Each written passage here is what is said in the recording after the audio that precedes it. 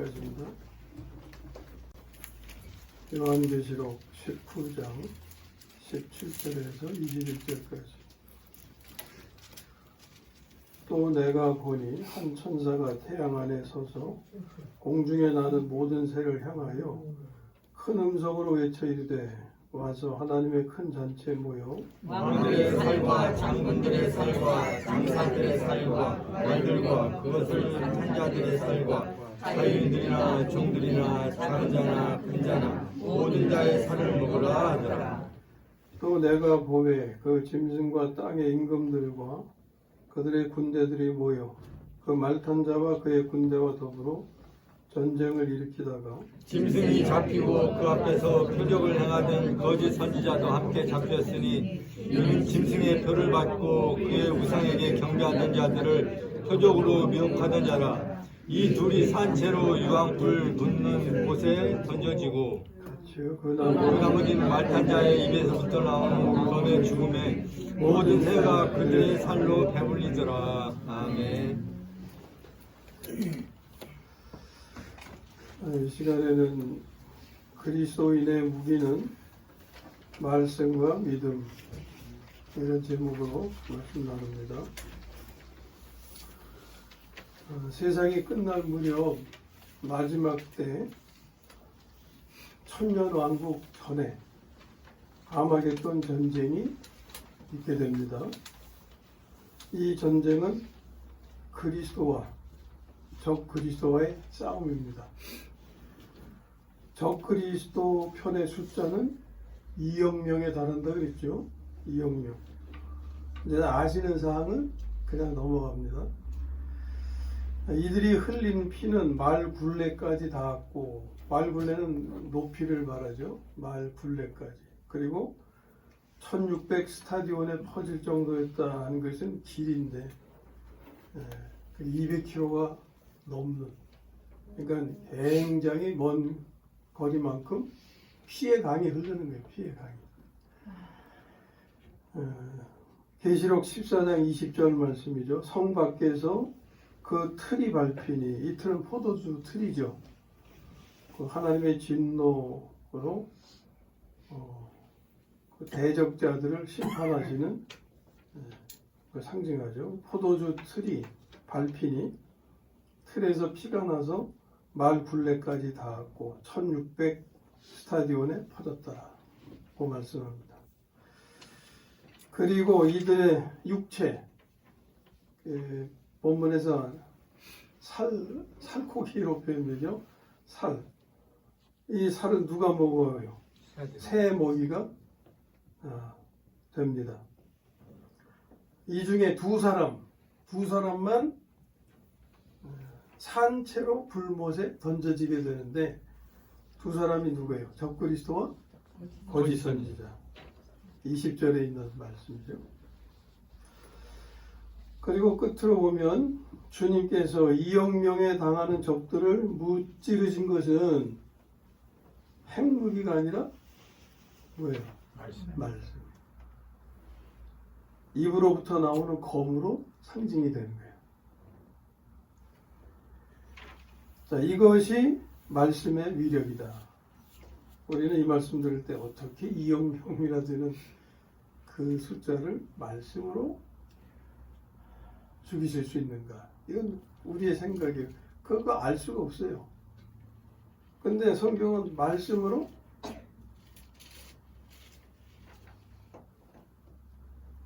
천지도 지으셨다고 말씀하잖아요. 네? 천지도 지으시고, 그리고 지으신 그 만물을 존재케 하실 뿐만이 아니라 유지케 하시고, 이게 말씀이란 말이에요. 그러니 말씀으로 뭐 2억 명 처리하시는 건 아무것도 아니죠. 그 말씀에 대한 증거를 좀 보겠습니다. 그 뒤에 주보의 말씀이 너무 좀 작아서 보시기 좀 힘드시겠지만 양해하시고, 없는 것보다 나으니까.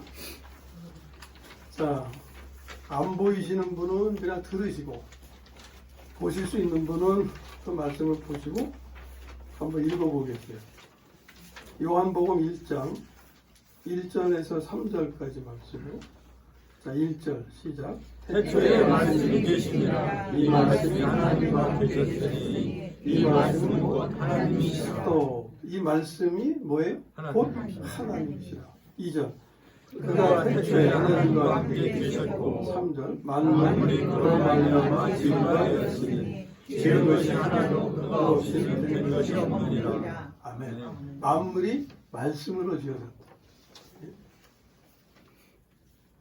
그 다음에 이제 히브리서 1장 3절 말씀을 읽습니다.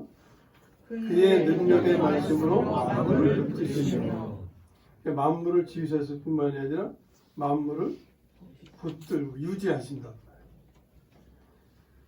뭐 믿음이 안 가는 분은 할 수 없지만 믿음이 가시는 분은 받으시면 돼요. 아, 그렇구나. 네? 우리가 과학적인 지식이 많아가지고 그 과학적인 지식으로 우주의 상태를 이해해 보려고 애를 쓰지만 그것도 필요하죠. 근데 그 과학으로 다 증명될 수 있는 게 아니잖아요. 예를 들어서 이제 한 가지 질문 가지고도 우리의 생각이 얼마나 부족한지가 알 수가 있는데, 예를 들어 이런 겁니다. 우주는 유한하다. 거기에 대해서 답할 수 있어요? 우주가 유한한지 알아요? 몰라요? 몰라요. 모르죠. 반대로 우주는 무한하다. 답할 수 있어요? 없어요? 답할 수 있어요. 왜? 모르지. 이게 우리 이성의 한계예요. 우주가 유한한지 무한한지 답을 낼 수가 없어요. 자, 하나님이 말씀으로 천지를 지으셨음을 말씀하고 성경이 증거하고 그 만물을 존재케 하시고 유지하고 계시다. 이것도 말씀으로 알려주고 계세요. 이 말씀은 믿는 자 안에서 역사하신다 그랬죠. 데살로니가전서 2장 13절에 있나 모르겠어요. 주보에 넣었다가 뺐을지도 몰라요. 양이 많아가지고 없네. 다 아시는 말씀이기 때문에 뺐어요. 말씀이 어디서 역사해요? 믿는 자 안에서. 말씀을 들을 때 그것을 사람의 말로 받지 않고 하나님의 말씀으로 받는 사람에게 역사한다 그러셨잖아요. 그래서 아시는 거니까. 이 말씀을 드리는 것은 이 본문에 그 죽은 자들의 고기를 누가 먹게 하는 거예요? 새들이 와서 먹게 하는 거예요. 하나님이 새들을 명령하시는 거예요. 그러니까 새들이 순종해야 하네요? 순종해요. 새들도 순종.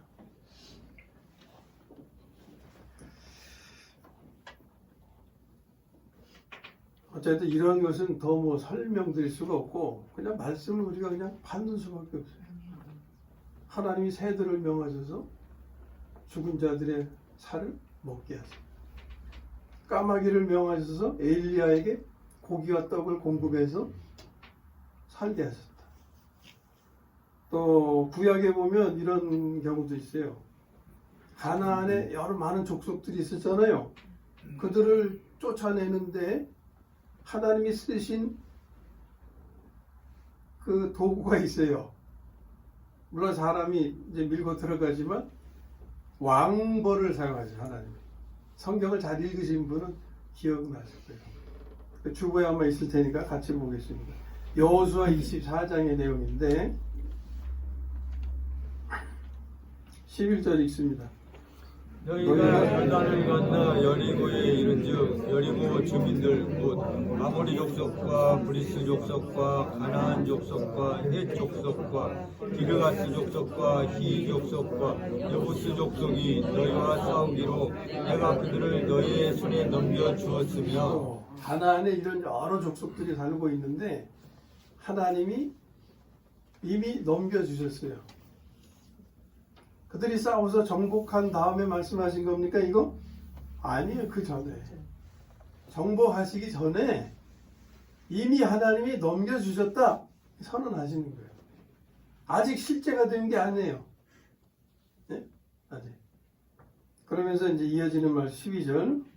내가 왕벌을 너희 앞에 보내어 그 아모리 족속의 두 왕을 너희 앞에서 쫓아내게 하였나니 너희의 칼이나 너희의 활로서 이같이 한 것이 아니며. 아멘. 왕벌을 사용하셔가지고, 네? 왕벌을 사용하셔.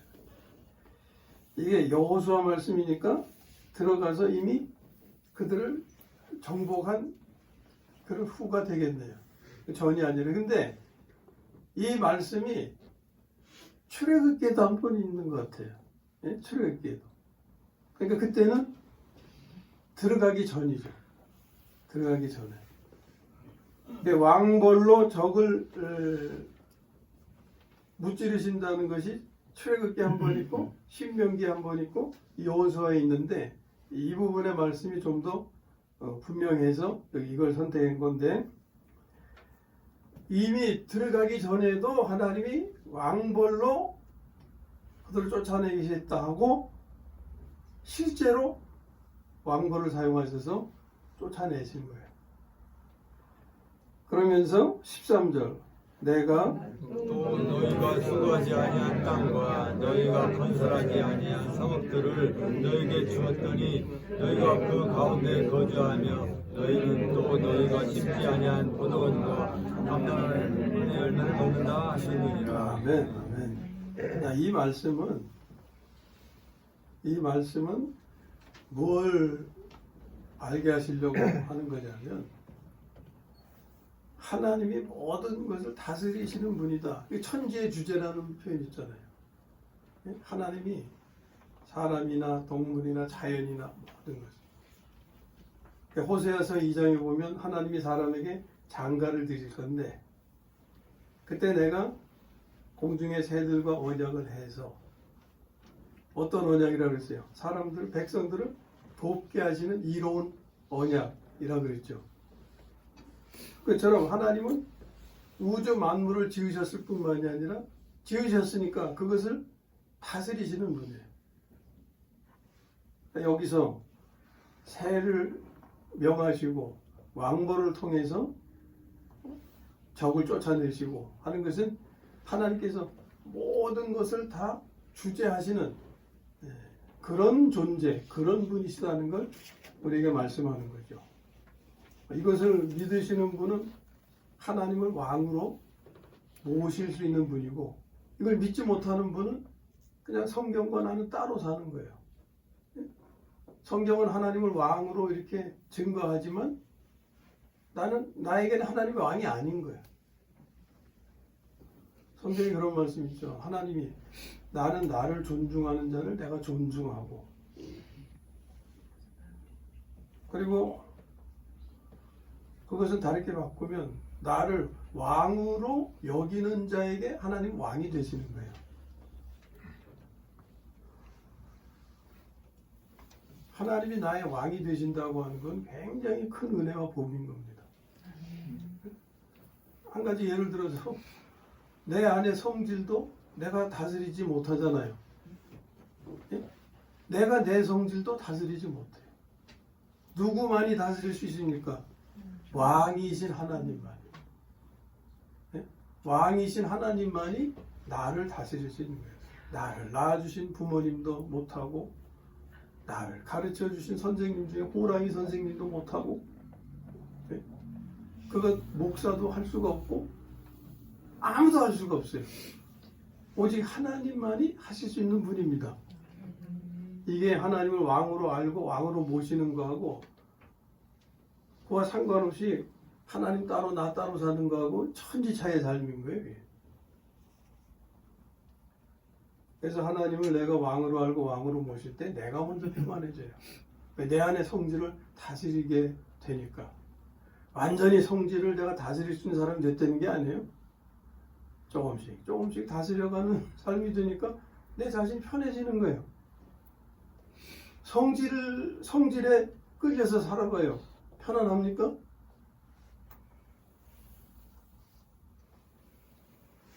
우리가 그런 표현 하잖아요.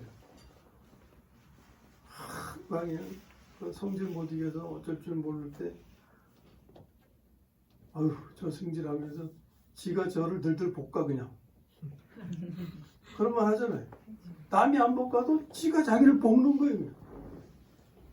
그 성질에서 자유하게 되고 해방될 때 나는 평안에 거할 수 있는 거예요. 그게 성질 문제뿐만입니까? 교만이나 욕심이나 미움이나 사람 미워하면요 미움이 지나치면요 자기가 놀아버려요. 그거 아십니까? 예? 오래전에 그 개척 초기 때 목회 초기 때 예, 그런 사람이 있었는데 모녀가 그때 개척할 때 지나가다가 교회를 들렸어요. 어머니가 전도사님으로 이렇게 이제 같이 사역하고 계실 때 어머니가 그런 상담을 많이 하셨거든요. 근데 그분들의 어떤 문제가 있나 했더니 그 어머니에게 이제 자녀 중에 아들이 있어요. 그러니까 딸한테 오빠가 되겠죠. 그 오빠가 엄마를 크게 미워해가지고 정신 이상이 돼. 왜 이상이 되냐? 왜 엄마를 미워하냐? 어머니가 신앙생활을 잘 하시는데 그냥 집에 뭐만 생기면 목사님만 갖다가 섬기는 거예요. 그냥. 네? 뭐만 생기면 그냥 먹을 거 생기면 먹을 건 목사님 갖다 드려. 근데 집안에 넉넉해서 자녀들에게 좀 잘 공급하고서 목사님을 섬기면 문제가 안 생기는데 집에 먹을 것도 없고 가족이 먹을 것도 없는데 그냥 목사님만 그냥 하나님처럼 섬기니까 그게 미움이 된 거예요. 그럴 수 있어요. 여러분 절대 그러지 마세요. 저한테 안 가져와도 좋으니까 먼저 가족들이 잘 나누세요. 그리고 가족들이 편안할 때 좀 있으면 목사하고 좀 나눠 드시면 감사하고 그것 때문에 자녀들에게 미움을 사거나 그런 일이 생기면 안 되는 거예요. 근데 어쨌든 그런 경우지만 나에게서 내가 내 미움 있잖아요. 미움을 가지면 자기에게 해가 돼요.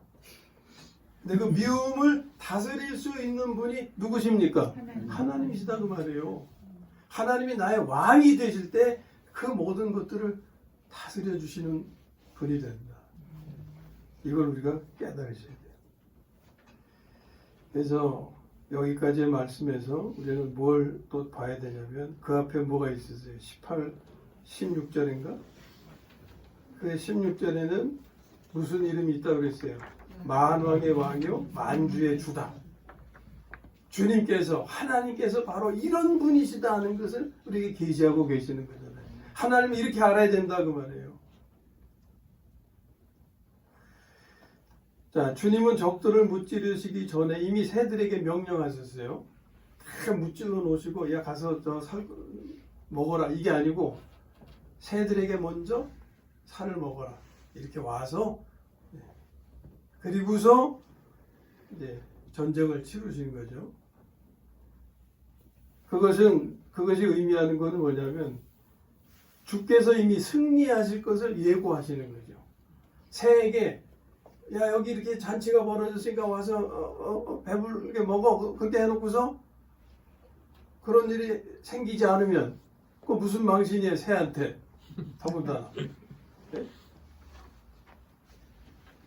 근데 새한테 명하시고 그 다음에 행하시고 이루시고 주님께서 승리하실 것을 예고하시는 것인데 이건 무슨 우스운 얘기 같지만 우리의 경우가 그런 거예요. 하나님은 이미 다 이겨놓으셨죠.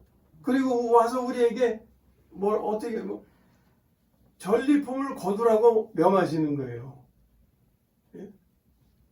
그래서 우리는 영적 전쟁을 치르는 삶을 살지만 우리는 이 전쟁에서 이길까 질까가 아니라 승리한 전쟁을 우리는 확인하는 것뿐이다 그랬잖아요.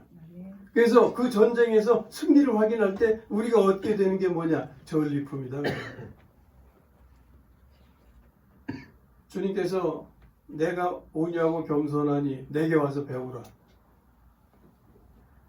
우리가 온유와 겸손을 어떻게 배워요? 온유와 겸손은 뭐 머리로 배워서 이루어지는 겁니까? 온유와 겸손은 성질과 교만의 반대 아닙니까? 나로 하여금 성질 내게 하고 교만하게 하는 것은 나의 타락한 옛 생명이죠. 내가 원치 않아도 내 옛 생명은 나를 계속 그렇게 끌고 가요. 그러면 거기에 끌려가면 나는 온유하고 겸손할 수가 없어요.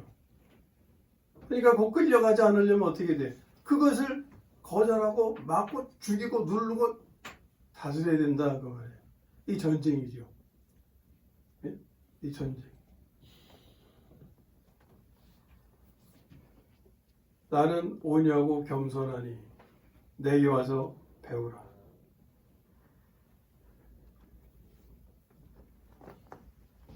그러니까 그것은 내가 성질하고 싸우면 이길까 질까 이게 아니고 성질하고 싸우면 반드시 어떤 결과를 얻는다는 거예요.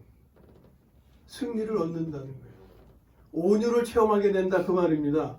믿음이 없으니까 성질과 싸우다가 아유 나는 안 돼 그러고 주저앉고 그런 것이지, 말씀을 끝까지 믿고 나가면 끄트머리 결과는 승리를 쟁취하게 된다 그 말이에요. 승리를 쟁취하는 게, 온유를 내가 체험하는 게 그게 전쟁에서 전리품을 획득하는 거예요. 아멘. 아멘. 아멘. 네.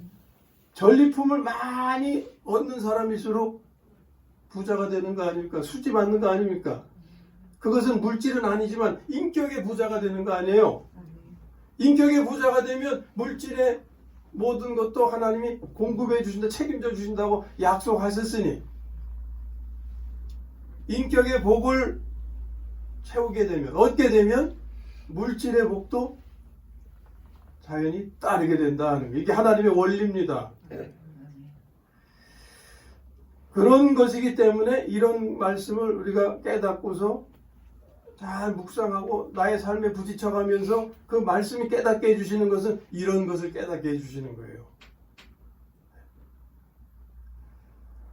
하나님은 새들에게 명령하셨고 그 다음에 그것은 승리하실 것을 예고하시는 것이었는데 하나님은 말씀하시고 이루시는 분이다, 이런 걸 알게 하시는 거예요. 그렇기 때문에 우리는 어떤 자세를 가져야 돼요? 그 말씀을 잘 귀담아 듣고 따르는 청종의 자세를 가져야 하는 거죠. 그래서 구약의 말씀을 보면 청종이란 말이 수없이 되풀이해요. 수없이. 우리가 말씀을 청종할 때 하나님은 그 말씀대로 이루시는데, 거기에 대한 말씀이 창세기 21장 1절과 2절 입나무로 했어요. 다 아시는 말씀인데 그래도 한번 확인합니다. 자, 1절 시작. 여호와께서 말씀하신 대로 선지자를 적으셨고 여호와께서 말씀하신 대로 사라에게 행하셨으므로. 아멘. 하나님이 말씀하신 건 내용은 뭐예요? 아들을 주지라. 이삭이죠. 아들을 주리라 약속하신 것이고 말씀대로 사라에게 행하셨다는 건 뭐예요? 이삭을 낳게 하셨죠. 그걸 말씀하는 거죠. 그 다음에 또 한 가지 고린도후서 5장 17절을 읽습니다. 자, 시작. 없나요? 이게 잘 아시는 거니까 빼버렸네. 누구든지 그리스도 안에 있으면 새로운 피조물이라, 이전 것이 지나갔으니 보라 새 것이 되었도다. 아멘? 아멘. 이 말씀. 자, 그리스도인은 어떤 사람이 되었어요? 그리스도 안에서 새로운 피조물. 이전 것은 지나갔으니 보라 새 것이 되었도다. 이전 것이라는 건 이런 거예요. 성질 부리고 교만하고 욕심내고 미워하고 이런 모습들. 근데 여기 보니까 이전 것은 지나갔대요. 지나갔어요? 아직 있어요? 있어요. 아직 있잖아. 이 말씀이 참이 아닌 것 같이 여겨져요. 그러나 하나님은 분명히 이 표현은 뭐예요? 지나갔으니요. 지나갔으니. 그리고 보라 새 것이 되었도다. 새 것의 모습은 어떤 거예요? 온유와 겸손과 나눔과 용서와 사랑과 이런 삶이에요. 그럼 지금 그 모습이 나에게 있어요, 없어요? 예? 있어요, 없어요? 제가 가지고 있는 건 아니지만 그래도 하나님의 은혜 가운데 순간순간 체험해 가잖아요. 예? 오류할 때도 있었잖아요. 하나님 말씀을 따를 때. 그러나 또 성질에 잡혀 성질 부릴 수도 있고 하지만 또 온유의 자리에 가기도 하고. 자, 그런데 여기 말씀은 이전 것은 지나가 버리고 새 것만 남았다 이러는 거예요. 그럼 이것은 어떤 의미입니까? 그리스도 안에서 이미 이렇게 이루셨다 하는 겁니다.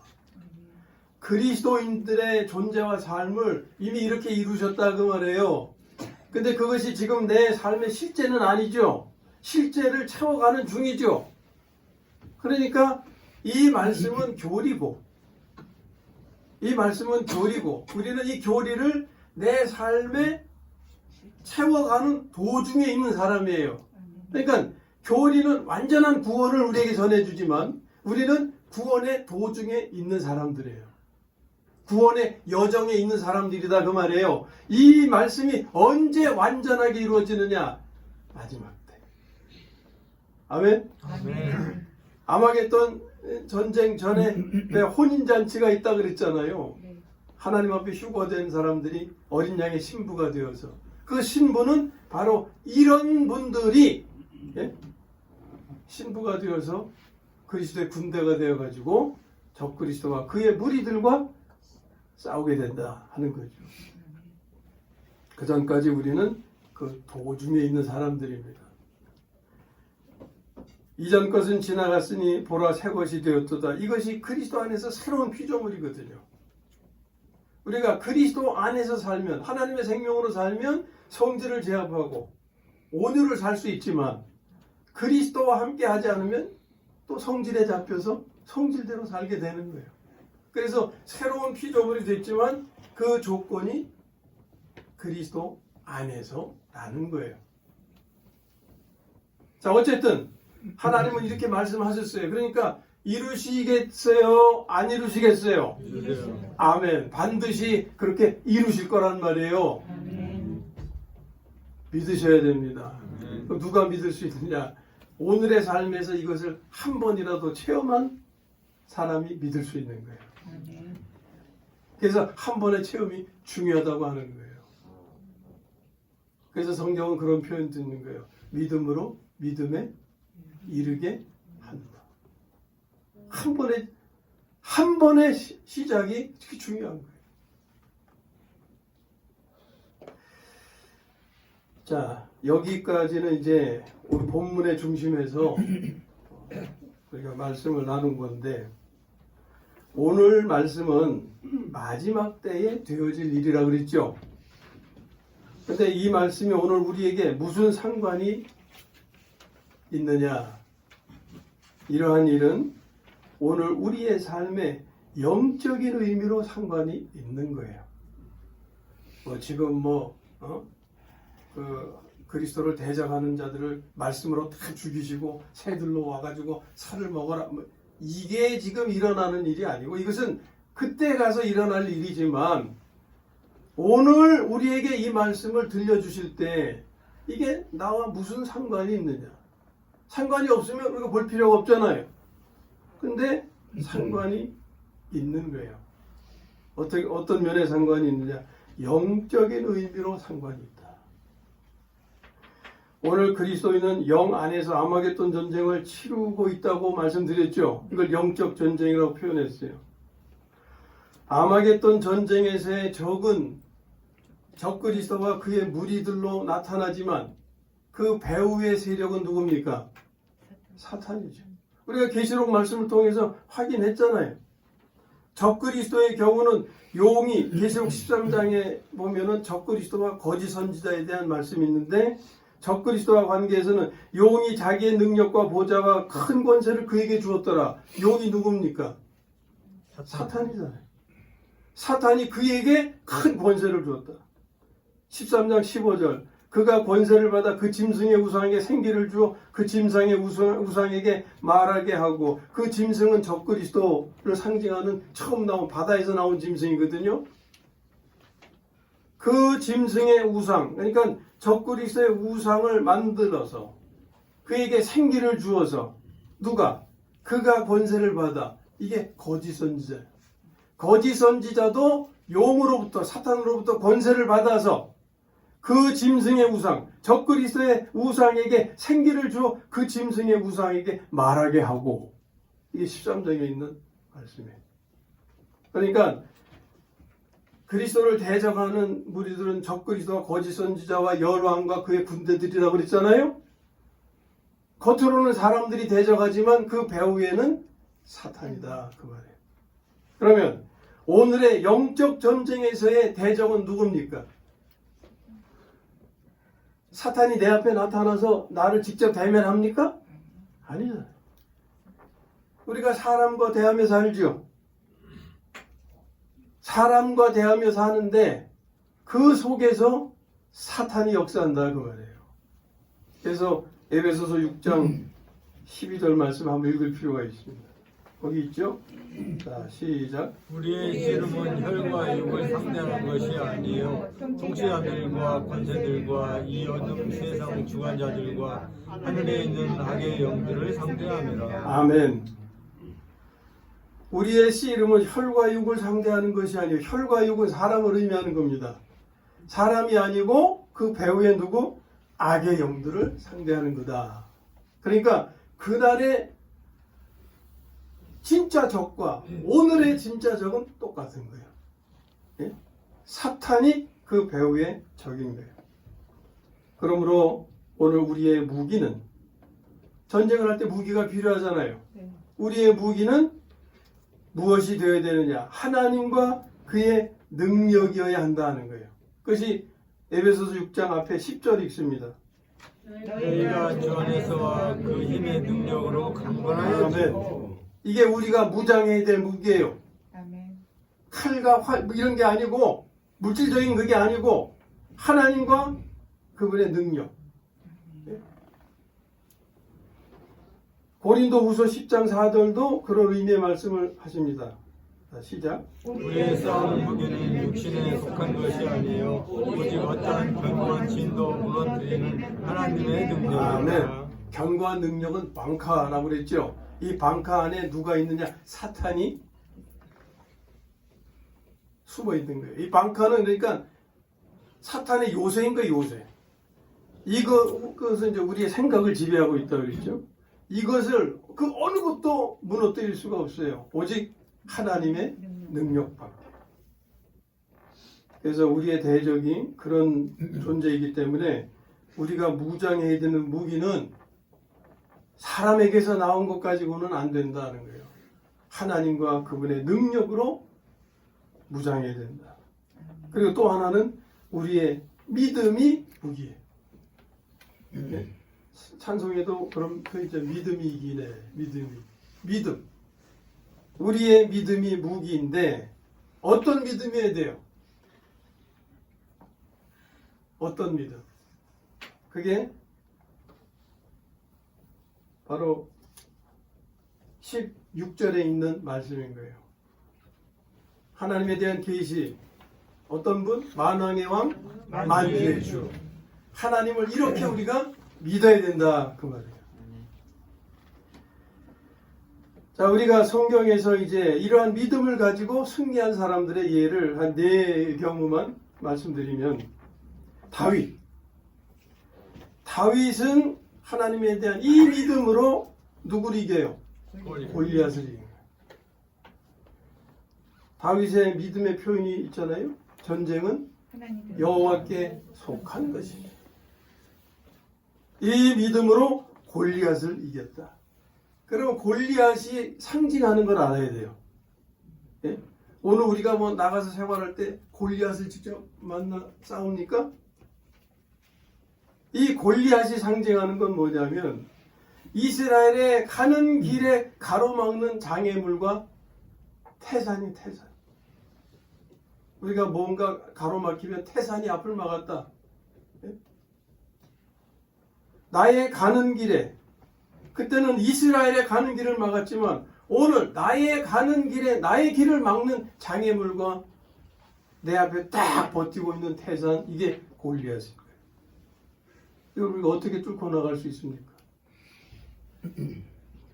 하나님에 대한 믿음. 예? 하나님에 대한 믿음. 또 여호수아 갈렙이 있죠. 여호수아 갈렙은 이 믿음으로 가나안에 입성했어요. 애굽에서 나온 무리 중에 유일하게 여호수아 갈렙만 들어갔어요. 그리고 광야에서 나올 때 20세 미만과 광야에서 태어난 자녀들만 여호수아 갈렙하고 같이 들어갔죠. 여호수아 갈렙은 유일하게 그 무리 중에서 유일하게 이러한 믿음을 가진 사람이었다.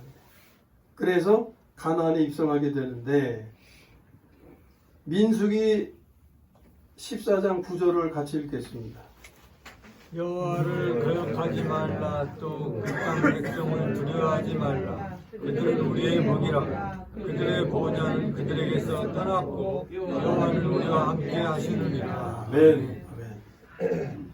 그들은 우리의 먹이라 그랬는데 이전 번역은 어떻게 됐어요? 밥이다 그랬죠.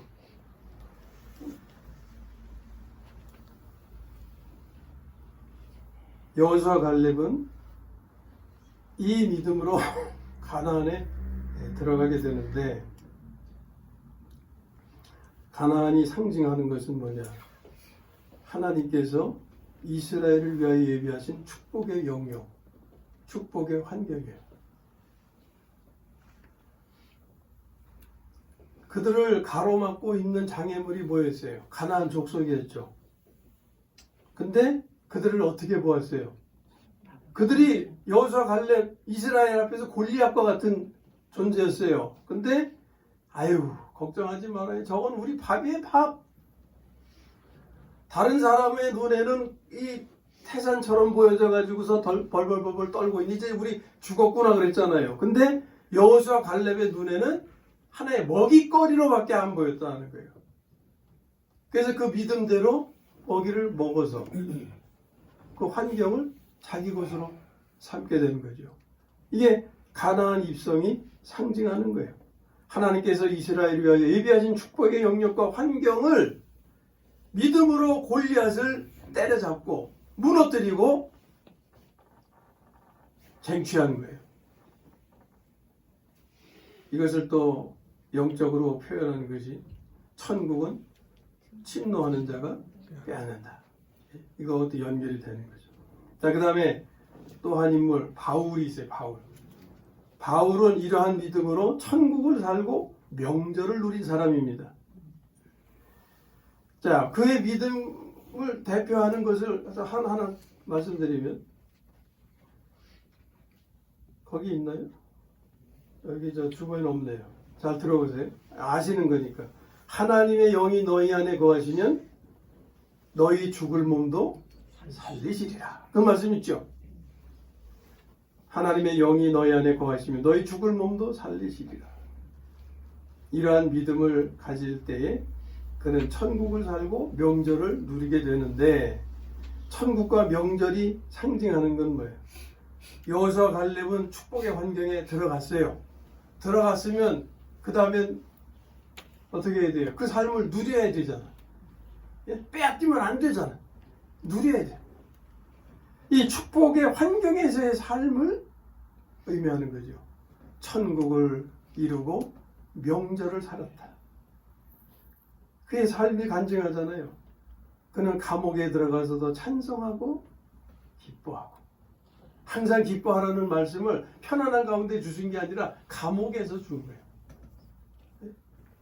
그 환경이 감옥이었지만 바울에게 있어서는 천국이었어요. 왜? 하나님이 함께 하시니까. 그래서 그는 거기서 찬송할 수 있었고 기뻐할 수 있었어요. 우리가 바울처럼 감옥에 갇히면 과연 그렇게 할 수 있을까요? 하나님에 대한 믿음이 없으면 절대 그렇게 할 수가 없는 거예요. 감옥에 갇혔지만 세상은 감옥에 그를 가두었지만 복음을 전한다고 가두었지만 그 감옥이 그 환경이 바울을 삼키지 못해서 복음을 전하지 못하게 삼키지 못했다고. 오히려 거기서 찬송하고 기뻐하는 가운데 복음을 전해서 그 12대 안의 사람들도 믿게 했다. 그랬잖아요. 환경에 삼킴을 당한 게 아니라 오히려 환경을 삼켜버렸어요. 지배하는 삶을 살았다. 그리고 네 번째로 사도 요한, 요한계시록을 기록한 요한, 세례 요한이 아니고 사도 요한이요. 사도 요한은 이 믿음으로 그의 표현을 보면 어둠을 삼키고 빛 가운데서 빛의 자녀로 살았다. 그의 믿음은 사탄을 죽이고 하나님의 생명으로 사는 삶이었어요. 그 사탄에 대해서 요한복음 12장 31절에 시간이 없으니 제가 직접 읽고 넘어갑니다. 이제 이 세상에 대한 심판이 이르렀으니 이 세상의 임금이 쫓겨나리라. 이것은 하나님을 왕으로 믿는 믿음이죠. 하나님께서 이 세상 임금 노릇하는 사탄을 쫓아버리십니다. 그리고 하나님은 그 삶을 이기게 하기 위해서 당신이 우리의 생명으로 오셨음을 요한복음이 증거하잖아요. 여기서 어둠과 빛이 상징하는 것은 어둠은 죽은 자의 삶이고 빛은 산 자의 삶인 거죠. 죽은 자의 삶은 옛 생명의 삶이고 산 자의 삶은 새 생명의 삶입니다. 옛 생명의 삶은 구원 이전 바울의 삶에서 볼 수가 있어요. 바울은 뭐라 그랬어요? 오라 나는 곤고한 사람이로다. 이 사망의 몸에서, 이 죽을 몸에서 누가 나를 건져내랴. 이건 구원받기 이전의 바울의 상태였어요. 그는 모든 걸 가지고 좋은 환경에서 금수저로 태어나서 금수저의 모든 것을 누렸지만, 그런 지위에 올라갈 수 있었지만, 그러나 그의 내적인 삶은 항상 공허한 거예요. 죽을 맛인 거예요. 이 사망의 몸에서 누가 나를 건져내랴. 그러다가 구원받은 이후에 항상 감사하고 기뻐하는 삶으로 바뀌었어요. 그리고 그는 인격의 변화에 대해서 아주 많이 강조를 했잖아요. 인격의 변화를 이루어서 본이 되는 삶을 이루고, 그는 말씀에서 내 나를 본받으라 고까지 말을 하고 있어요.